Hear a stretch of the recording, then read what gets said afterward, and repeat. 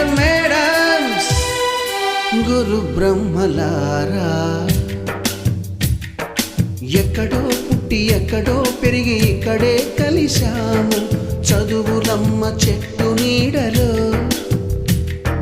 వీడలేమంటూ వీడుకోలంటూ వెళ్ళిపోతున్నాము చిలిపి తనపు చివరి మలుపు